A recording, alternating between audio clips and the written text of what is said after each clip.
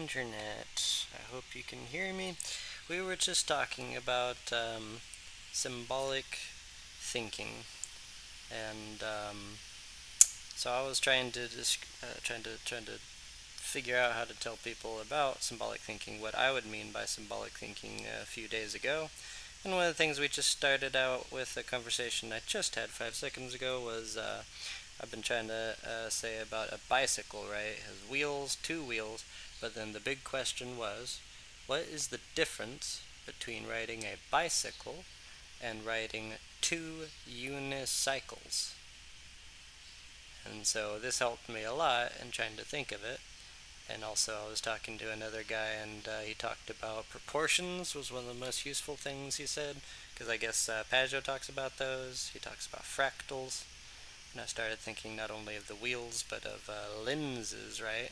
And thinking about with a microscope or whatever else, you might have the proportions of distance between the lenses, and you might actually have proportions of the size of the lens itself, like the circumference or whatever it's called, how big the circle is of the lens. And so trying to think about that and trying to, align with reality.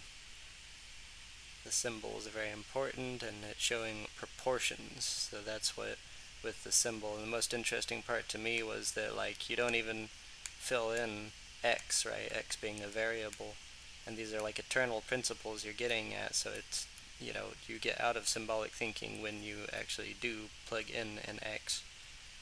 And so that's interesting. If you're wanting to get out of symbolic thinking, then that's fine. But you just got to know that you are getting out of symbolic thinking, right? This is how symbolic thinking works, is maybe it works with proportions.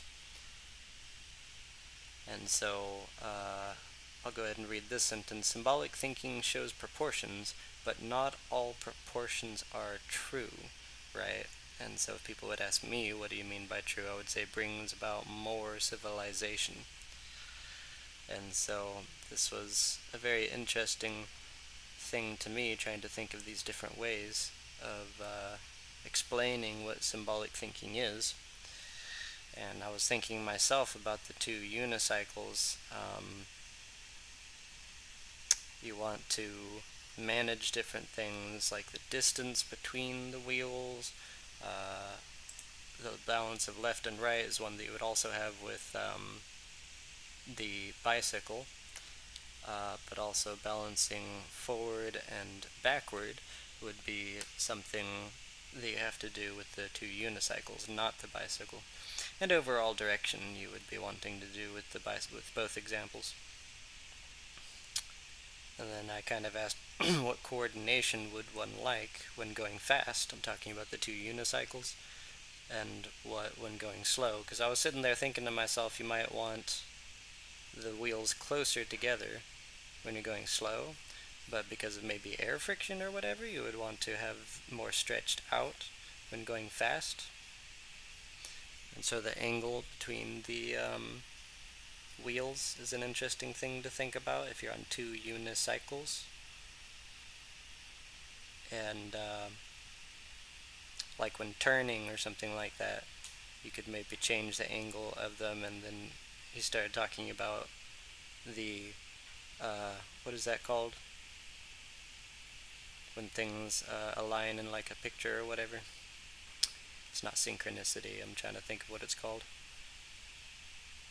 Let's see. Symmetry. Yeah, symmetry. There we go. And so thinking about the symmetry and a bicycle, it's already like automatically symmetrical.